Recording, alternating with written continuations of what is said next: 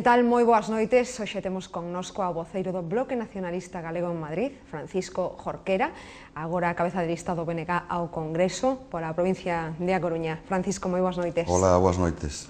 Boas noites, señor Jorquera. Boas noites. Volta vostede a ser candidato para o Congreso, pero tamén podería ser un bo candidato para Galicia, ou non? Bueno, como é lógico, eu estou centrado única e exclusivamente na tarefa que temos por diante, que é o ter un bo resultado electoral o día 20 de novembro, que permita que o Bloque Nacionalista Galego teña unha presencia reforzada no Congreso dos Diputados.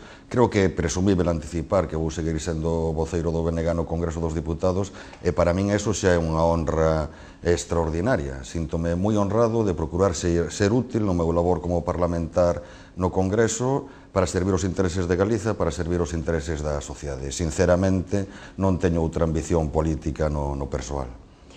Cando vostede se iniciou nesto da política había, desde logo, moitísima máis interese que agora. Pode ser que o desprestixio da propia política ou de algúns dos nosos políticos tire para atrás? Pode ser. O que acontece que a rexeneración da vida democrática, a rexeneración da política, só é posible desde a propia política. Eu comprendo o desprestixio crecente da política, sobre todo porque vivimos tempos onde se está instaurando como normal que decisións que son fundamentais para o futuro dos povos, que son fundamentais para o futuro dos cidadáns, constatamos como se toman en ámbitos que non emanan da vontade democrática dos cidadáns, e moitas veces os gobernos o único que fan é someterse o que dictan ese poderes e actuar como transmisores. Pero iso só é reversible desde a propia política. Por tanto, apostando por opcións que axuden a modificar ese estado de cousas, que axuden a introducir outras políticas e outra maneira de entender a política. E como andan as cousas polo BNG?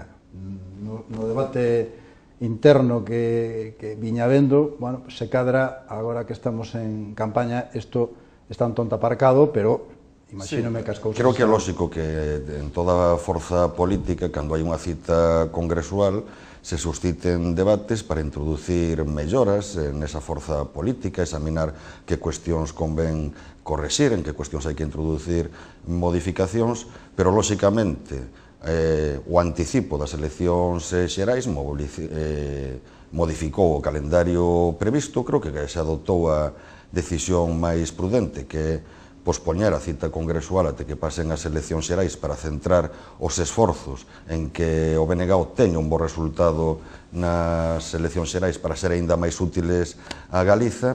E creo que un dato enormemente positivo é o extraordinario grau de acordo, de consenso con que foi refrendado o programa con que concurrimos ás eleccións e as propias candidaturas que presenta o BNG a estas eleccións. Pense vostede que o proceso de confección de candidaturas no BNG é extraordinariamente democrático, extraordinariamente participativo, e as candidaturas saldáronse co aval do 90% dos afiliados e afiliadas do BNG, que creo que hai moi poucas forzas políticas que poden presumir do mesmo.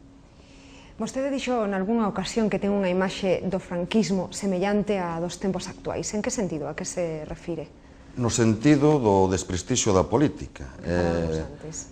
Por unha razón. Eu comprendo que hai factores que contribúen ao desprestixio da política en amplos sectores da sociedade, que as persoas que temos responsabilidades políticas temos que tomar nota, e que, por tanto, que é necesaria unha rexeneración en profundidade do actual sistema político. Pero, dito iso, tamén creo, inda que existan factores obxectivos que justifiquen ese clima, que tamén é un clima promovido desde determinados ámbitos, porque o desprestixio da política, ao final, o que acaba é favorecendo as posicións máis inmobilistas, que siga todo como está, en vez de traducirse no apoio a opcións realmente transformadoras que axuden a modificar o estado de cousas. E en que sentido, nese aspecto, neste segundo aspecto, me lembra o franquismo? Eu lembrome que no franquismo a política estaba moi desprestixiada, pero iso era fomentado desde o propio réxime franquista. A xente que se reclamaba como a política acostumaba a ser toda afecta ao réxime. O propio Franco ten unha frase célebre que trascendeu nun Consello de Ministros. Facíalle a apelación aos seus ministros que non fosen parvos, que non se metesen en política, que aprendesen del como se el non fose político. Falando un pouco de desprestixio, tamén escoitaba outro día unha conversa entre mozos que decían: para que imos a votar se total non vale para nada? E, sen embargo, pola contra, temos o movimento 15M, que estuvo moi activo. Como ve vostede unha cousa e a outra, e como se viviu desde o Congreso? Eu vexo o 15M como un movimento moi positivo na medida en que expresa un malestar social real e un malestar que considero que é plenamente xustificado. E frente ao estado actual de cousas é importante reaxir, é importante reaccionar, é importante que a sociedade se mobilice e faga ouvir a súa voz. De feito, moitas das críticas que está a facer o movimento 15M e moitas incluso das propostas concretas coinciden cos plantexamentos que o BNG leva defendendo ao longo de toda esta legislatura, leva defendendo desde que se suscitou esta grave crise económica. Que ocorre?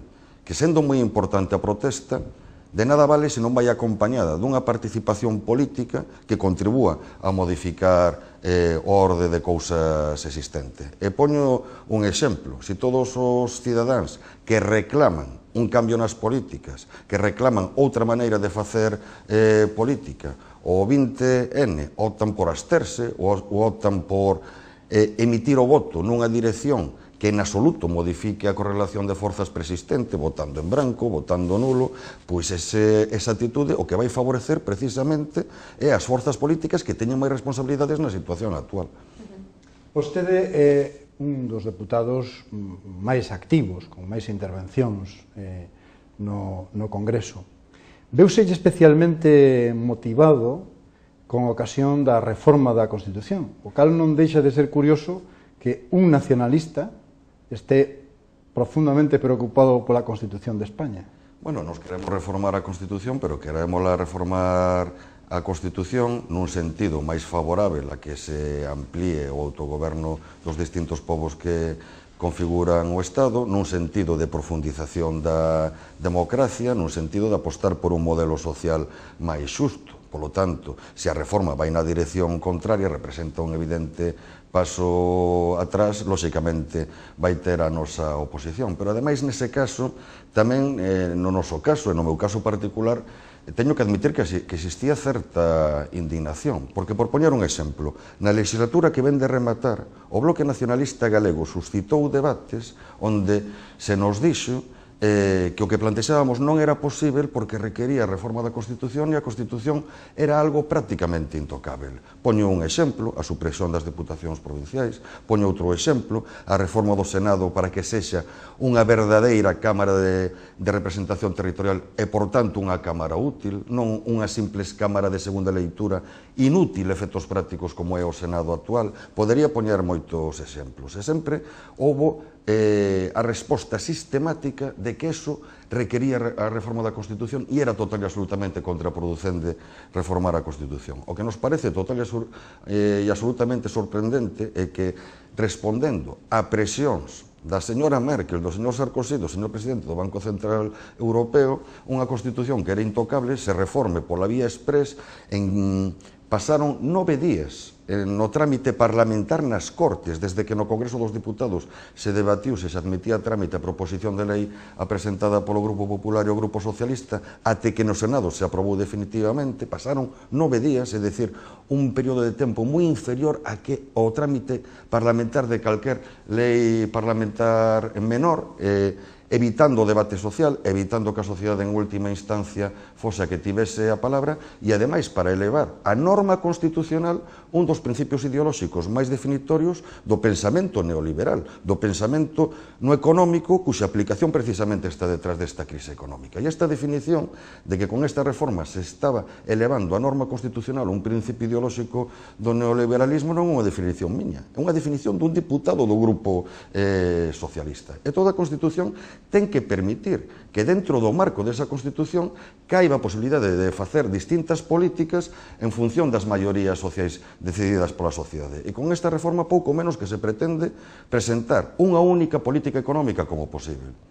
No seu caso, ademais, tamén se puxo a reforma laboral, a participación española na guerra de Libia, entre outras cousas. Cree que no Congreso dos Deputados faiselle pouco caso aos grupos minoritarios? Faiselle pouco caso aos grupos minoritarios e faiselle pouco caso á sociedade, porque moitas das posicións que o Bloque Nacionalista Galego mantivo ao longo desta legislatura coincidían co que pensaba a maioría da sociedade. E, ademais, por desgracia, e digo por desgracia, Creo que os feitos nos deron a razón cando nos opuxemos á reforma laboral. Advertimos que esta crise económica non fora orixinada por un problema de organización do mercado de traballo e que dificilmente se iba a xerar máis emprego, facilitando aínda máis o despido, abaratando o despido e precarizando as formas de contratación. E creemos, sinceramente, que os feitos nos dan a razón. Os últimos datos da enquisa de poboación activa non poden ser máis elocuentes. Advertimos que se optaba para resolver o conflito existente en Libia por unha intervención militar estranxeira e pola participación do Estado español nesa intervención militar, as consecuencias podían ser moito peores, que quedara un país total e absolutamente devastado, un país total e absolutamente dividido, e creo que os feitos tamén nos dan a razón. Estes mesmos días, incluso altos responsables da OTAN manifestan a súa total e absoluta preocupación pola situación en Libia e polo futuro de Libia. Vostede foi senador, despois deputado, segue o sendo. Seguín o camiño inverso de moitos parlamentarios. De moitos parlamentarios. Que o que é habitual é que moitos se comencen na chamada Cámara Baixa e despois pasen ao Senado. E aproveitando esa experiencia, como estamos aquí en confianza, contenos por que non sirve para nada o Senado. Aí quero facer unha aclaración. No Senado, se unha persoa é responsable, se actúa como representante que é da sociedade e asume plenamente esa responsabilidade, pódese traballar moitísimo. Cal é o problema? Que o Senado non ten efectos prácticos ningunha capacidade decisoria, funciona única e exclusivamente como unha cámara de segunda leitura. Por poñer un exemplo, un proxecto de lei que se tramite en Cortes, unha vez debatido no Congreso dos Diputados, unha vez que no Congreso dos Diputados se introduce unha serie de emendas, remítese ao Senado, o Senado pode introducir emendas, pero as emendas introducidas polo Senado teñen que volver ao Congreso e o Congreso ten sempre a última palabra e, polo tanto, pode decidir rexeitar todas as emendas do Senado, a capacidade de decisión última corresponde ao Congreso. Bueno, un Senado así concebido, nos creemos que é unha cámara inútil, que para iso é moito mellor un sistema unicameral, non? Porque, ademais, un Senado así concebido, sin pretender, ni moitísimo menos ser ofensivo, non deixa de ter certa componente de restroballo histórico, de cando existía unha Cámara Baixa e unha Cámara Alta, porque a Cámara Baixa representaba o pobo chan e a Cámara Alta representaba os pais da patria, a aristocracia,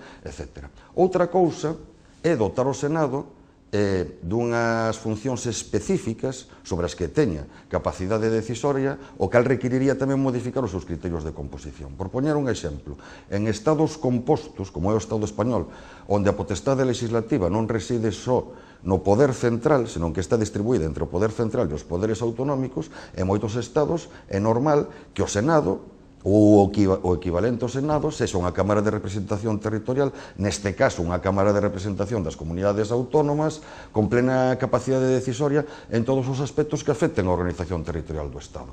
Un Senado así concebido podería ser útil. Un Senado como o actual, nos creemos que o único que fai é alongar e convertir en enormemente ineficaz o proceso legislativo. Para termos un Senado así, mellor sería optar, insisto, por un sistema unicameral. Se cadra tamén